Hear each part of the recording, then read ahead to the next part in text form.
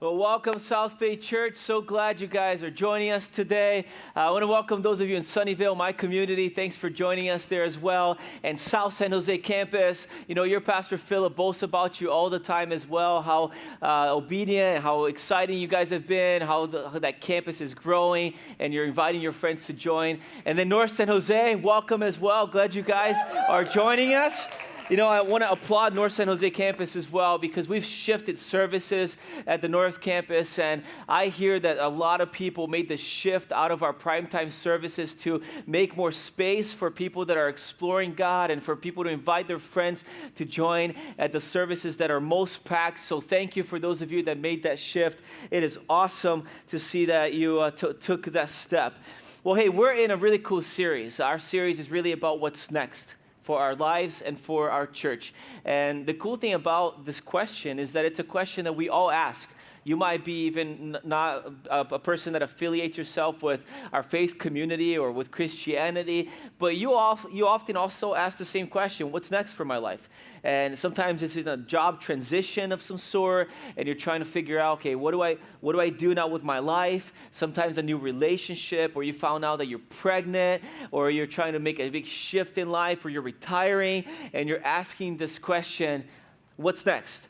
And this is one of the most important questions to ask. And in our journey, we're really going through 4 weeks of some steps together of discovering and discerning what God wants us to do next in our lives. And it goes like this. Last week, we talked about knowing God. In fact, if you missed it, you definitely want to go back and watch it online. What does it look like for me to personally know God? Because our answer to the question of what's next is really unpacked only after we know our Creator, how He designed us to live. And that question, that understanding of our relationship with God really changes everything else about how we discern our steps in life. This week, we're talking about freedom. I'll unpack that for you in just a minute. And then next weekend, you do not want to miss at any of our campuses because Pastor Andy is going to be sharing with us some vision for our church for the future. What's next in terms of our impact globally, locally with planting churches, and then our new Sunnyvale campus. We're going to be talking about what that looks like to get into that facility together. And then that Saturday before he talks about this, we are hosting an open house at the new Sunnyvale building. So if you haven't been a part of our community lately, you might not have heard yet, we just purchased a new building for our Sunnyvale campus, which is awesome. We should celebrate that. It's been a miracle so far. We want to give you a glimpse of that facility. So all 3 of our campuses are invited to come by Saturday morning at 9 a.m. to the new facility. The info is on our website, so you can go check it out, and you get an email about it this week as well. So that's open house, and we're going to talk about discovering your purpose as well this coming week, and so don't miss it. The next week and after that, we're talking about making a difference. What does it look like for us to make a difference? It's also what we call Commitment Weekend, which you're going to have to come back next week to hear more about because it's gonna be awesome. It's going to really be the unfolding of a vision of where we're going next as a church and what that means for you and I. So you don't want to miss that. Well, let's get into our message. Actually, I want to do one more thing before I get into my message. God's doing some awesome stuff at South Bay Church. And today, at the end of our service, you're actually going to see a video that highlights over 700 baptisms that we've seen since we launched this church. Isn't that amazing?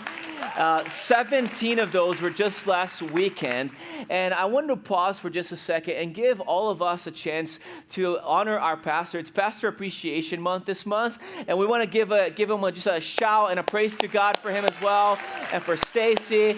And I know Sunnyvale and South, he can't see you, but make it loud enough that he can hear you somehow if you can. But thank you, Andy, for all that you've done for us and leading us into this vision and the sacrifices. And it's an honor for us to be a part of this journey, man. Appreciate you. It's so awesome to see what God's doing. You know, last week we talked about knowing God. But after knowing God, there's some stuff He wants to do in our lives. In fact, it involves us becoming free. And the freedom that God wants us to experience only comes in the context of community. In fact, the scriptures will tell us about this picture of what the church or the body of Jesus looks like. And literally, it's a body with many parts. And if you are a hand, you are not free to be a hand until you connect yourself to the body. It's God's design. We are not fully free until we're in togetherness or community. And I want to talk about what this looks like by unfolding one of the coolest events in the life of Jesus. It's found in John chapter 11. So if you have a Bible, you want to open it there. If you don't, it's okay. It'll be on the screen here. But let me give you a little bit of context real quick, because as you study the Bible, there's some things that are really important to understand. And we encourage you to always, study the Bible on your own. Your spiritual feeding should be something that you take personal responsibility for. It's not just a Sunday thing. So I want to teach you a little bit of how to do that in your own space as well.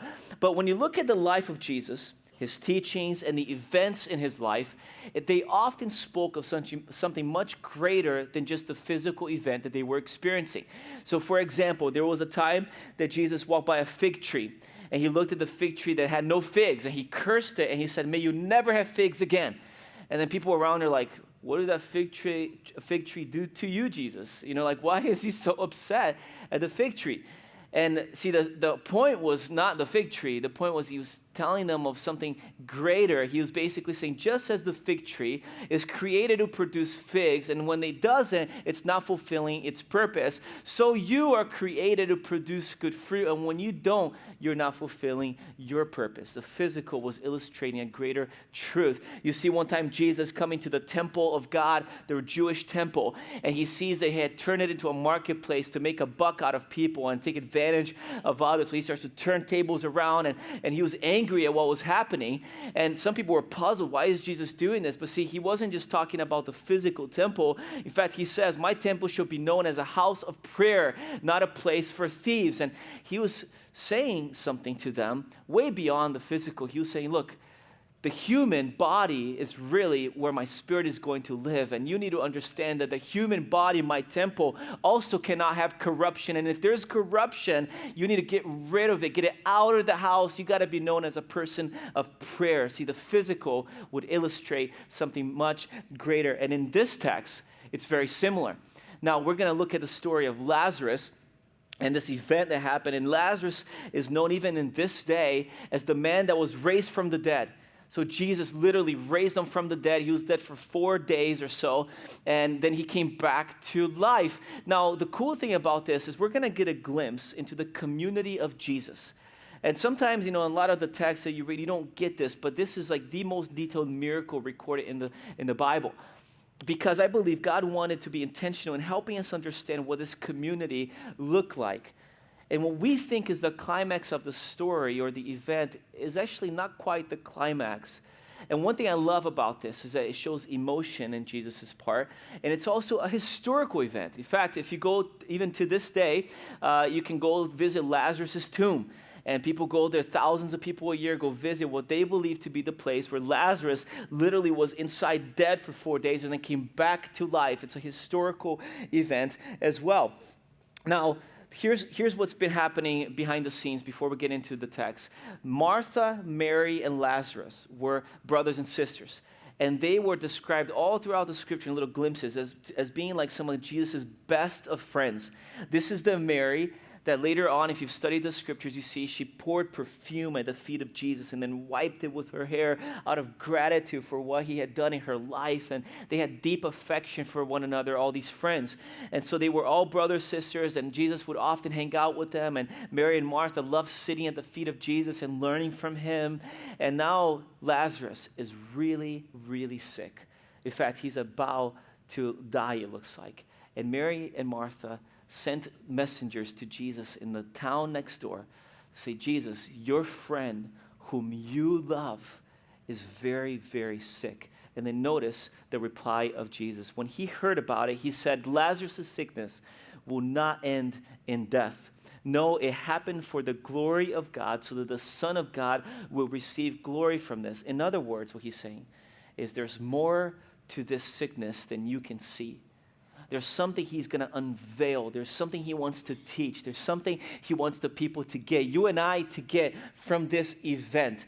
And then he goes on and he says this, so although Jesus loved Martha and Mary and Lazarus. He stayed there for the next 2 days. Now, when you read the scriptures, you got to figure out what's kind of standing out a little bit here. So it's really important that you look. He says it will not end in death. Every word Jesus speaks is intentional. See, he said it won't end in death, but he didn't say he wouldn't go through death, right? He's a little bit tricky on his part here, saying, look, it's not going to end in the way you think it might end. And then the other thing to notice is it says that Jesus loved Mary and Martha and Lazarus, but he chose to wait 2 days. See, sometimes God's delayed response to our prayers is not because he doesn't love us. It's because he's got something much greater in place that he has planned, and we need to look out for what that is. And he's preparing something in this scenario that is really going to change their community. So listen to what he says after this. So finally he said to his disciples, let's go back to Judea. But his disciples objected. Rabbi, which means teacher, hey, only a few days ago, the people in Judea were trying to stone you. Are you going to go there again? So like, you're crazy. Like, these people were just trying to kill you, and you want to go back to Judea. And then he told them plainly, Lazarus is dead, and for your sakes, I'm glad I wasn't there, for now you really believe. Let's go and see him. Now, there's some things that are really significant in all of this. He was going to probably be stoned in this city. Jesus had every reason to not go to this town.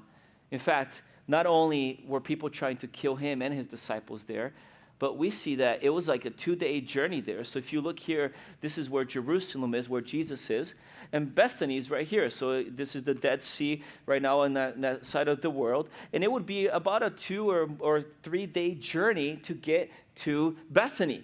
So we've seen Jesus before heal people from a distance. Somebody would come, hey, my son or daughter is sick, and he said, hey, go back, your faith has healed them. Like, they're healed, go back home. And they go back home, and the person was healed. So Jesus could have done the same thing in this context. He would have avoided being possibly stoned, and then he also didn't have to go through this long walk to get to this place. But here's the principle that we see. There's always a principle behind what Jesus does. See, in community, you're present for what you can offer others, not just for what others can offer to you. You see, when you and I don't show up in community, in context of the body or the church or your life group or your friendships, when we don't show up, it's not that we're the ones missing out. See, there's something that we don't get when you don't come. God's given you a gift and an ability and a word of encouragement that he wants you to share and contribute. And if you don't come, you're not the only one that's going to suffer for it. And this is the principle that Jesus is highlighting for us. Look, when in community, you can understand it's mutual. Like, when you don't come, we miss out as well. This is why we often we encourage people, like, be consistent in coming and gathering together at your campus and make community. If you don't come, in fact, if you have a mindset still where we go to church for what we can get out of it, you're going to be so miserable at South Bay. See, we're not that kind of community. See, we don't go so that somebody can spoon feed you every week and then you go home. Like, you're part of a community, not just for what you can get out of it, but what you can give to it. So there's a gift that God's given to you. Until you activate it, we miss out. Like, we don't get it, and there's something we need that you have, and there's other people that need that you have, and sometimes God wants you to go, not because you're going to get something for you. It's because he's going to put something in you to give to somebody else that you see. And there's a marriage that's in trouble, and there's a relationship that is, in isolation or not doing well. There's a person that he wants you to take a step toward to get to know, because it's not about just us. And Jesus is trying to teach him something. Like, in his inner community, he was deeply committed to not just getting, but giving. Now, listen to what happens after this. Thomas, nicknamed the twin, said to his fellow disciples or the other followers, let's go and let's go die with Jesus. Now, I love Thomas for this. Like, he says what everyone else is thinking, right? Everybody's kind of thinking and like about to poop their pants. Like, we're going to go into the city and we're probably going to get stoned. Like, and they're all wondering. And then somebody in the group needs to be the one that steps up and says, you know what, guys? Let's just go do what is right beyond what is comfortable. You see, in community, this is the other principle. You might want to write these down. Community is about stirring each other to do what's right beyond doing what's comfortable. It's those relationships that you invite into your life because of what they're going to say to you. They're going to stir you to obedience and to doing the courageous act, not running away from it. This is like when you're in your job and you know like you got to cut a corner to be able to keep your job, or you got pressure to break some of your moral convictions, and you're struggling, and there's going to be people in your life, they're like, don't, just cut the corner. Like, you don't want to lose your job? There's got to be some, and maybe you're the one, that says, you know what? Let's go die with Jesus. Like, let you do it. Like, let's lose our job together. Like, sometimes you're a student, and you're like trying to muster up the courage to share your faith, or somebody invites you to an environment that you're like, I just don't feel comfortable in the environment, and it might cost you friendships. And this is the friend that goes up to you and says, you know what? I'll stick with you. Let's lose the friendships together.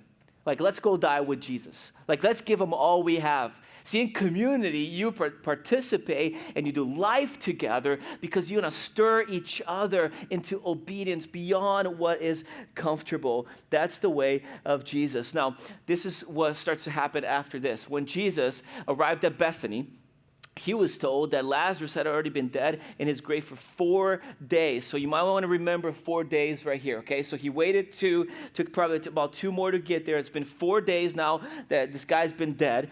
And then he was only a few miles from Jerusalem. Martha said to Jesus, Lord, if only you had been here, he wouldn't have died. So it's like the first thing that she says, like, if you would have been here, you wouldn't have died. And she probably had been repeating this over and over and over again. And then you see the next thing what's happening, that your brother will rise again, Jesus says.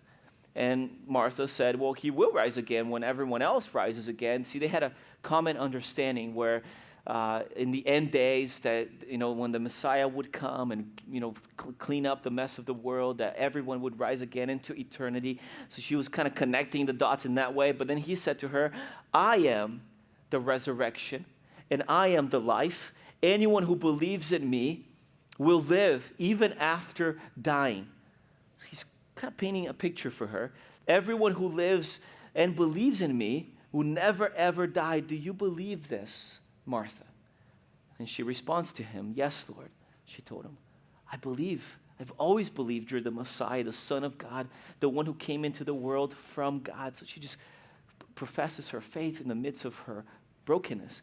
When Mary arrived and saw Jesus, now this is Mary's turn now. Listen to what she says. Lord, if you would have just been here, my brother would not have died. And you get this picture. See, for 4 days now, Mary and Martha are saying this to one another. In fact, the first thing that comes out of their mouth when they see Jesus, both of them, is, Lord, if you would have been here, this wouldn't have happened. And I can just picture them for 4 days just weeping and crying. If Jesus was here, this wouldn't have happened. If he would have come, this wouldn't have happened. And they might have been a little upset at him even, and they're grieving, and they're hurting, and there's brokenness, and they're just feeling all of this pain, and they had probably been crying to one another, just saying this back and forth. If he would have been here, this wouldn't have happened. And you see what happens next is so important to understand. See, when Jesus saw her weeping and the other people wailing with her, there was a whole group of people around her. They were all grieving together. When he saw this, a deep anger welled up within him, and then he was deeply troubled. Where have you put him? He asked. And then it says, they told him, Lord, come and see. Then Jesus wept. And it says he was still angry when he came to the grave. But I want you to notice the emotion surrounding this. Look, a deep anger welled up within him. The literal text says that Jesus was groaning from his spirit. Like he had, like he couldn't hold it, and he was just letting it. There's anger inside of him, and then he was deeply troubled. Here's the Son of God himself, letting himself feel the deepest of human emotion. And then he says that he was weeping and had anger in his heart, and he was just feeling the pain and letting it all out in the context of his community. He was not holding back, and he actually intentionally had prepared things in such a way that it was 4 days later. And now looking at the brokenness of all of this, and I can just picture him like, what caused him to come to the earth in the first place was that he always existed. Jesus is God himself, so he's in heaven looking at the brokenness of humanity, and he's like, I've had enough of that. Like, I don't want to see them in this pain and in this brokenness. So he came out of heaven into the earth that he created, and then at this point of his life, he's feeling that same emotion again. He's looking around. There's humans that he loves, and they're weeping, and they're hurting, and they're grieving, and then he gets angry at the brokenness of the world, and he gets discontent, and he starts to feel this emotion, and he's letting it out, and he joins them in their emotion. Here's the principle. You want to write this down. In community, we must make space for genuine vulnerability. You see, this is us saying, I need to cry a little bit, permission to express myself. And here's the point, though. We have to invite this in. It's not one of those things that you're just like, I just don't have it. Like, you don't have this. You cultivate this. Like, you got to go after it. You got to get into it. You got to make yourself available. You got to pull it into your life. There's a psychologist that I love. Henry Cloud wrote this book called The Power of the Other. And he basically talks about how it's a psychological fact, not just a spiritual truth, that you have to be vulnerable. In fact, he says that just like you understand that you need water, therefore you intake water, or you understand you need oxygen, therefore you breathe it in. You know it's essential. You got to understand that you need this connectedness in relationship, that's in vulnerability. And if you really believe you need it, you're going to invite it into your soul. In fact, this is what he says. There's no such thing as a self-made man or woman. Every great leader has opened up to someone who could meet a need, whatever that need might have been. Now, here's the thing. The range of human needs is broad, but the way to meet those needs is actually very, very narrow. And he says it involves humbly and honestly embracing the need and reaching out to the power of the other. There is no other way. There is a freedom that we ought to have in life that does not come until we become vulnerable and invite that into our space. This is people that you can do life with at another level. It's sharing emotion. Now, look at what happens after this. Martha, the dead man's sister, protested, Lord, he's been dead for 4 days. It's going to stink terribly. So Jesus said, roll away the stone, open the grave. In the Jewish tradition, you could open the grave for 3 days, but after 4 days, the decay was so bad that you're not allowed to open it anymore. It was not customary. So for 3 days, you can actually go rewrap the person. They were wrapped in all the stuff, and you can burn incense, spray perfume in there. But after 3, you don't go in anymore. And let me just remind you that Jesus intentionally waited. It was not an accident. It doesn't say he was busy doing something else. He waited because he wanted them to experience something that was going to change their lives. But before a miracle, there's usually an obstacle. And the principle he wanted them to get is this: the reward of pressing through the mess or the obstacle is much often greater than the comfort of walking away from it. You see, there are companies now in Silicon Valley that are awesome, but there's a bunch of people that were in the early days of those companies that took off when things got messy. And now they're trying to go, they've been gone through 20 other jobs. And the ones that pressed through the messiness of growth and they fought through it and they figured it out, they reap the benefits of a multi-million-dollar company. See, there are relationships that you have that it's so much easier to walk away because you get an instant comfort. And God says to you, you got to press in, like you got to endure it, because on the other side of that obstacle is where you want to be in that relationship. See, we see people with great relationships. You know, how do they get there? You know how they got there? They faced the stink. They pressed through the mess. There are churches that are doing awesome stuff, like South Bay even, and all over the Bay Area and the country. But to get to those awesome things, there are some obstacles and messiness and growth. And there are some people that say, you know what? I can't deal with the stinkiness. Like, before you open that grave, I'm going to walk away. And they walked away, and they miss out on what you're going to see today. There were 700 people's lives being changed. When you walk away too early, you miss out on the miracle. And Jesus is teaching them something. Like, in community, you stick together, you press through, like you endure, you make it through. The average job in Silicon Valley is 2 years. In fact, the millennial demographic is really known for something that is not good, right? They say, okay, if you just like pop one extra, if you say, hey, I want you to stay 5 extra minutes today, they're like, oh, new job for me. It's like this, it's really difficult for us to understand this. And I just feel like there's so many miracles that we miss out when we don't press through the mess. But then listen to this. Jesus responded, didn't I tell you would see the glory of God? Didn't I say there's something much bigger than what you're just currently seeing? So they rolled the stone aside. Jesus looked up to heaven and said, Father, thank you for hearing me. You always hear me, but I say it out loud for the sake of those people that are here. Now remember, see, it's not about Lazarus.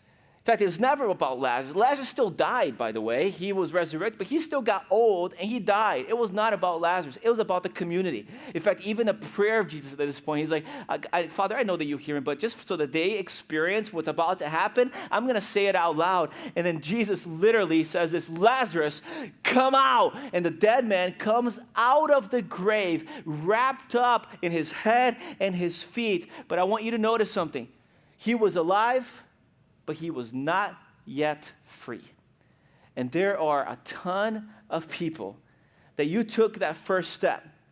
Like, I know Jesus, like you heard it last week, and then you start to kind of get into the church world even, and you're like, I'm alive, but you know exactly what that feels. Like, you are alive, but you're all wrapped up still. And Jesus was trying to give him this picture that was very, very beautiful. You see, he wanted them to experience the power of togetherness. In fact, Jesus told whom? Them, go and unwrap them. You see, if you can picture with me, this is not the climax. This is the climax. See, there is a group of people surrounding the situation, and they're all standing around like, what in the world? Now the people that were like, hey, this is too stinky for me, already took off. The ones that pressed through, they got to be a part of the miracle. See, Jesus does nothing by accident. In fact, later on, this is a pattern in Jesus' life, by the way, and he really wanted them to get this. Your greatest joy is not necessarily the day you find freedom. It's the day that you unwrap the freedom out of somebody. It's the day that God uses your life to bring freedom to somebody else. Does that make sense? Like, there is a freedom that you experience the day that you raised your hand, but if you think that's your greatest freedom or your greatest joy, you haven't yet had the experience of the person you brought with you to church. When we're doing that call for somebody to surrender to Jesus, and you just peek over and you see them raising their hand and finding freedom. You see, there is a level of freedom that Jesus wants his community and his followers to experience that only comes when we work together. And you see this a pattern. See, Jesus was not concerned about people connecting and just being about him. When they were baptizing, people's lives were being transformed. It says he didn't baptize them. His disciples did. When there was a huge crowd of people that needed to be fed, and there's thousands of them on the field, his disciples came up to him and said, Jesus, we got to feed these people. And then what does he say? You feed them. Like, you be a part of the miracle. You like get your hands dirty. Like, fight through the mess together. Togetherness is not an option with Jesus. See, it's not the day that you publish your book that's going to be your greatest joy. It's the day that someone that's holding that book comes up to you and says, your book changed my life. It's not the day that you started your company or you took that step of faith that it's going to be your greatest joy. It's the day that somebody comes up to you and says, I am who I am today because of you. You changed my life. Henry Cloud, that same psychologist, he said it this way. He says, the power of the other. Now, studies show that relational connectedness, it affects how long you live, whether or not you reach or don't reach your goals, whether or not you close the sale, how much money you make, how well your kids do in school, how well you trust people, how you cope with stress and failure, what kind of mood you're in, what kind of physical pain you experience, how and what you think. Your connectedness affects all of those parts of your life. So if you want to make money, it's not just about working harder. It's about the relationships that you build. If you want your kids to be better in school, it's not just about pushing them to work harder on their homework. It's about connecting with their hearts, because their heart connection with you will influence their productivity. If you want to change a behavior, it's not just setting out a target for your change of behavior. In fact, if you do that, you're going to be doing what I used to do a lot in my life before I found this principle to be true, where I'm going to change, and then I don't change. Or I change for a little period of time and go right back. See, it's not just about setting the target, it's about inviting people into your life that will coach and disciple or keep you accountable or mentor you. It's inviting that, because without community, there is no miracle. If you want to reignite a passion for God, it's sometimes not as related as you think to just the relationship you have directly with God.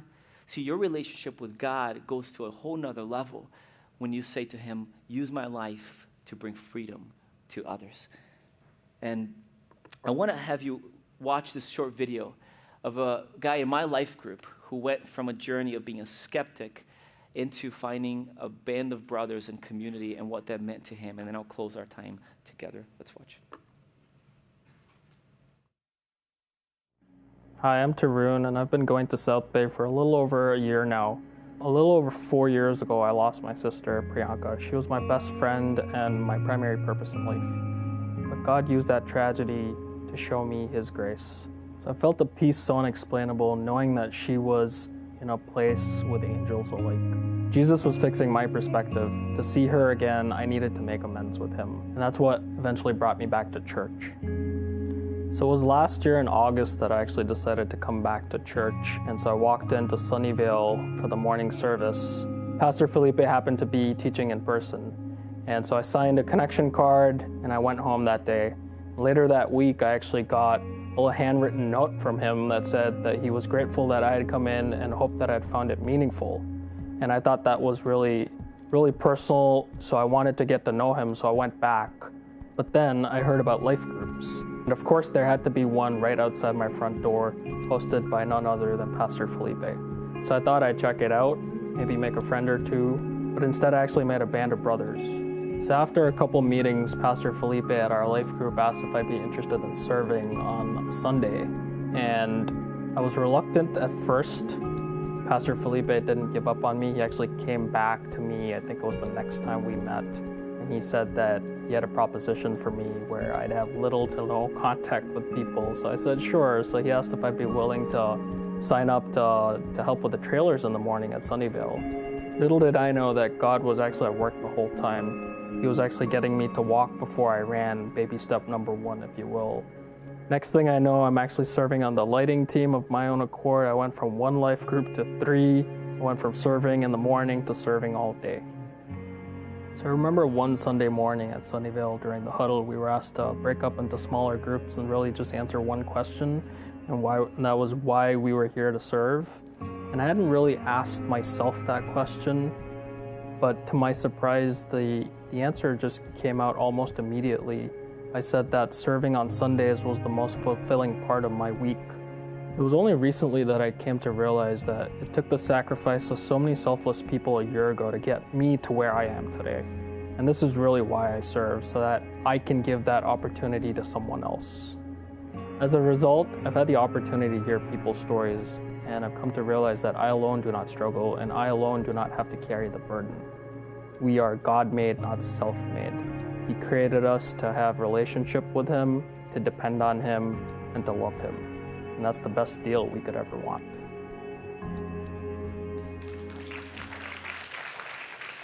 You know what's awesome about Tarun is he is now helping a new church plant that we're launching in Campbell, and he's running their entire volunteer team for this new church plant.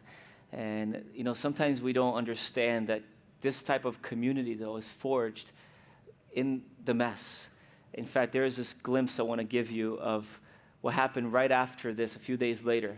I want to close with this, where 6 days before the Passover, a big Jewish festival, Jesus came to Bethany, and Lazarus lived there, and whom Jesus had raised from the dead. And here a dinner was given to Jesus to honor him. And I guess the least you can do when someone raises you from the dead is cook him a meal. And so they made him a meal.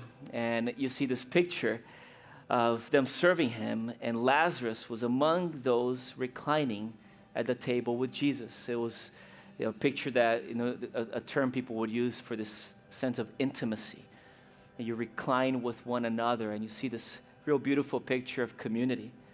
Now, if you only look at that, though, you don't understand that the reason they had that is because they fought through togetherness, and they cultivated it, and they pressed through the mess, and they said, let's go die with Jesus. And they were willing to do life together until they saw the miracle. See, even in my own life and in some of our inner group at South Bay that has been involved with the church since we began, we realized that we needed to cultivate our friendship at a higher level. So we started this thing called the Dinner Club. And every month we get together and we have dinner together.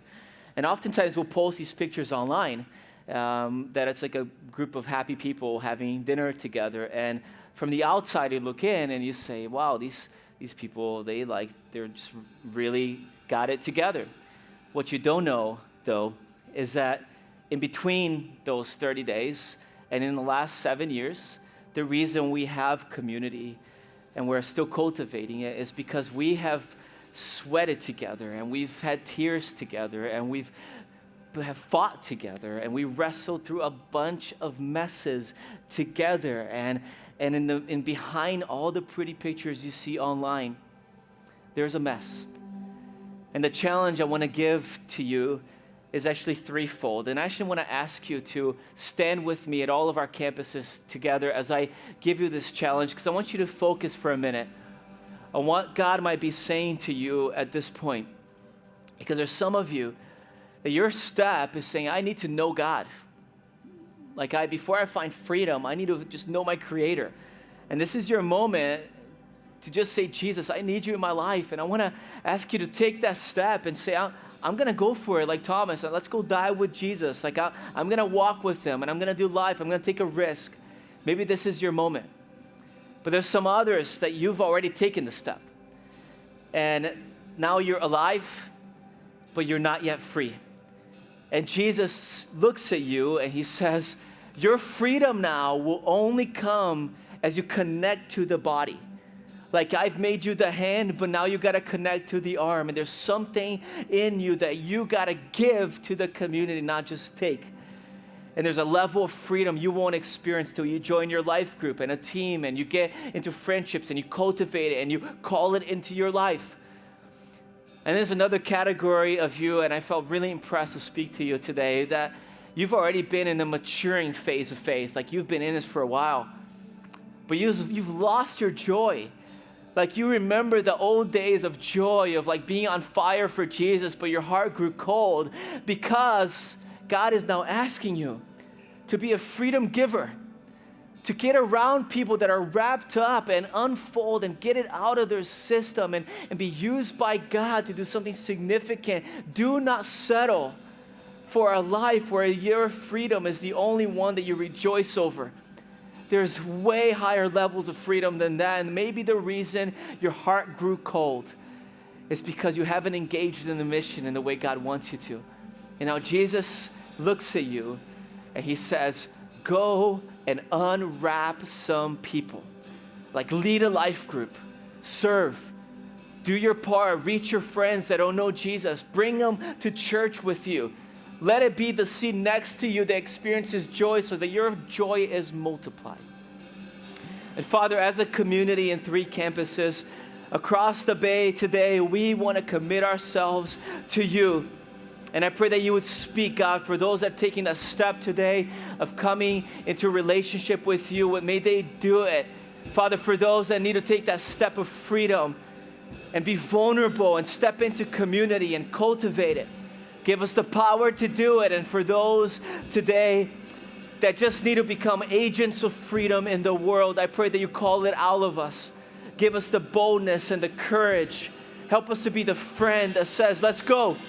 Let's go and die with Jesus. Let's bring some freedom to people that are dead.